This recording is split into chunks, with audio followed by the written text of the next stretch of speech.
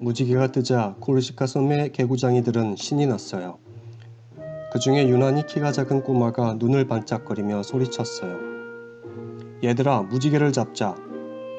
꼬마는 재빨리 가파른 절벽을 기어오르기 시작했어요. 하지만 손이 미끄러지면서 절벽 한가운데 대롱대롱 매달리고 말았어요. 꼼짝 말고 있어. 어른들을 불러올게. 아니야, 나 혼자 내려갈 수 있어. 꼬마는 발버둥을 치다가 아래로 뚝 떨어지고 말았어요. 그런데 꼬마는 아무렇지도 않은 듯 툭툭 털고 일어나며 말했어요. 다음엔 꼭 무지개를 잡고 말 테야. 이 꼬마가 바로 훗날 유럽을 정복한 나폴레옹입니다. 나폴레옹은 1769년 코르시카 섬에서 태어났어요.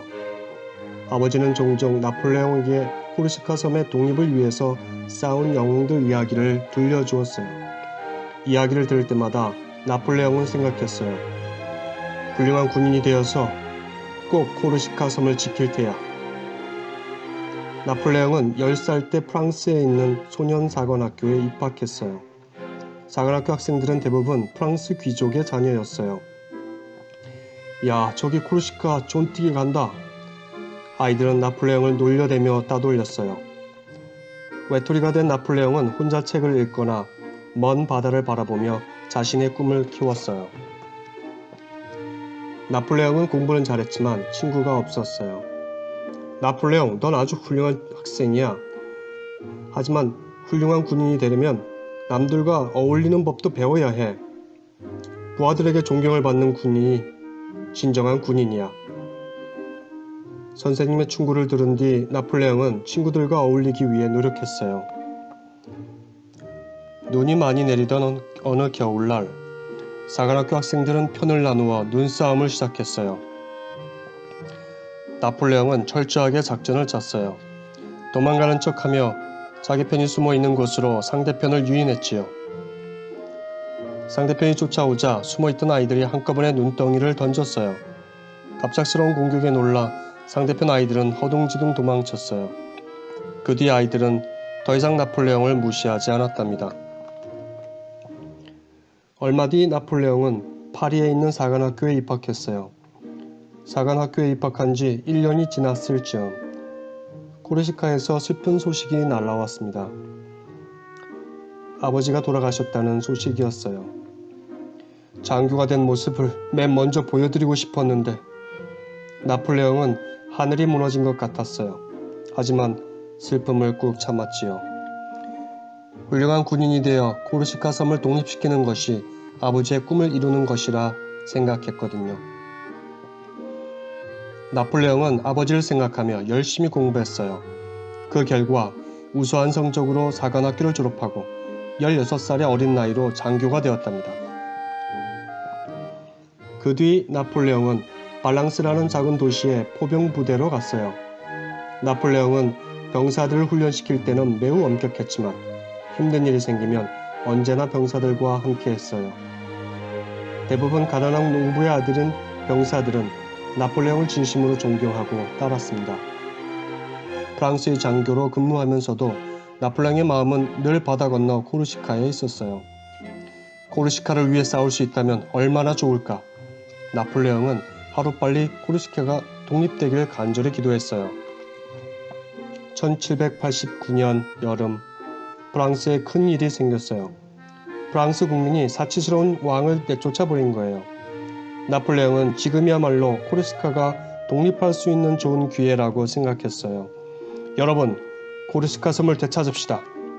나폴레옹은 당장 코르시카로 달려가 사람들을 설득했어요. 사람들은 나폴레옹을 믿고 따랐어요. 프랑스 정부에서는 어쩔 수 없이 코르시카를 독립시켰어요. 코르시카 만세! 나폴레옹 만세! 나폴레옹을 믿고 따르는 무리가 늘어나자 몇몇 사람이 나폴레옹을 없애려고 했어요. 나폴레옹은 독립된 조국을 가슴에 품은 채 코르시카를 떠날 수밖에 없었습니다. 프랑스로 돌아온 나폴레옹은 영국 함대의 공격을 앞장서 진압했어요. 프랑스 정부는 나폴레옹에게 큰 상을 내리고 장군으로 임명했어요. 25살의 젊은 나이에 장군이 된 거지요. 나폴레옹은 프랑스의 평화를 위해 반란군과 싸워 매번 큰 승리를 거두었어요. 얼마 뒤 나폴레옹은 조세핀과 결혼했어요. 그런데 결혼하자마자 총사령관이 되어 프랑스군을 이끌고 이탈리아로 떠나야 했지요. 코르시카 섬의 꼬마 나폴레옹이 프랑스 군대의 총지휘관이 된 거예요. 나폴레옹은 병사들을 모아놓고 말했어요. 나의 병사들이여, 우리에게는 낡은 무기밖에 없다.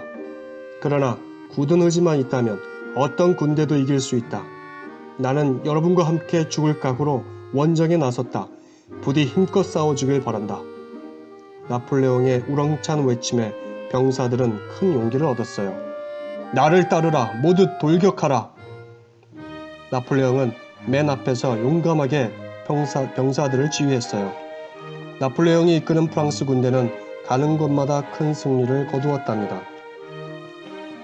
그러던 어느 늦은 밤이었어요. 산책을 나갔다가 나폴레옹은 한 보초병이 졸고 있는 것을 보았어요. 나폴레옹은 병사의 총을 살짝 비워들고 대신 보초를 섰어요. 잠에서 깬 병사는 겁에 질려 벌벌 떨었어요. 나폴레옹은 총을 건네주며 다정하게 말했어요. 무척 피곤한 모양이구나. 하지만 보초는 중요한 임무이니 앞으로는 이런 일이 없어야 한다. 소문은 온 군대에 퍼졌어요. 그 뒤 병사들은 더욱 나폴레옹을 믿고 따랐답니다. 나폴레옹의 군대는 유럽에서 가장 강한 오스트리아군을 이기고 이집트와 터키도 정복했어요. 나폴레옹은 어느새 프랑스의 영웅이 되었어요. 나폴레옹이 전쟁을 하러 돌아다니는 동안 프랑스는 다시 혼란스러워졌어요. 나폴레옹은 부하들과 의논한 끝에 군대를 이끌고 프랑스로 돌아왔어요. 그리고 세 사람이 나라를 다스리는 제도를 만들고 나폴레옹도 그 중에 한 사람이 되었어요. 나폴레옹은 나쁜 법을 고치고 세금도 공평하게 내도록 했어요. 또 누구나 똑같이 대우받도록 신분 차별을 없애는 데 앞장섰어요. 프랑스가 안정을 되찾을 무렵 오스트리아 군대가 다시 프랑스를 공격해 왔어요. 나폴레옹은 장교들을 모아놓고 작전을 세웠어요.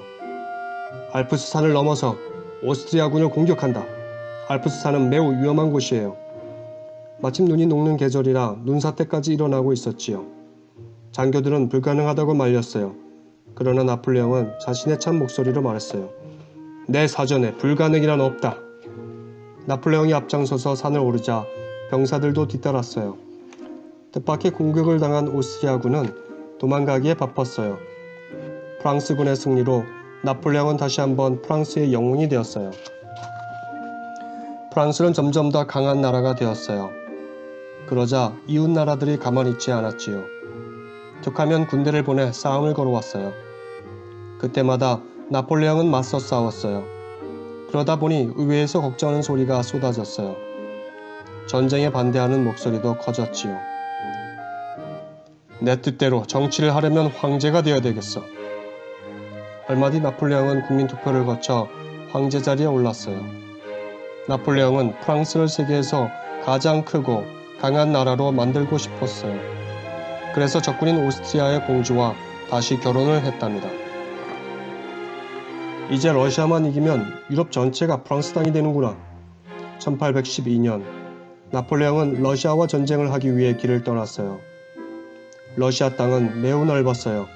아무리 걷고 또 걸어도 군대는 보이지 않았어요.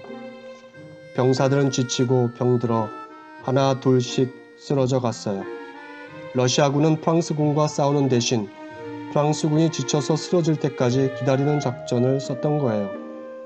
겨울이 다가오고 식량이 떨어지자 프랑스 병사들은 싸울 힘조차 없었어요. 그때를 틈타 러시아군이 공격해오자 프랑스군은 힘없이 무너지고 말았지요. 나폴레옹은 간신히 목숨을 건져 프랑스로 돌아왔어요. 나폴레옹이 러시아에 졌다는 소식은 빠르게 퍼져나갔어요. 그러자 프랑스에 졌던 나라들이 하나로 뭉쳐 연합군을 만들었어요. 연합군은 나폴레옹을 잡아 엘바섬에 가두었어요. 기회를 노려 섬을 빠져나온 나폴레옹은 다시 군대를 모아 연합군과 싸웠어요. 하지만 프랑스 군대의 힘은 턱없이 부족했지요. 프랑스 군대는 워털루 전쟁에서 크게 패하고 말았어요. 연합군의 포로가 된 나폴레옹은 죽음의 섬이라고 불리는 세인트 헬레나 섬에 갇혔어요. 그 뒤 52살의 나이로 세상을 떠날 때까지 다시는 프랑스로 돌아오지 못했답니다.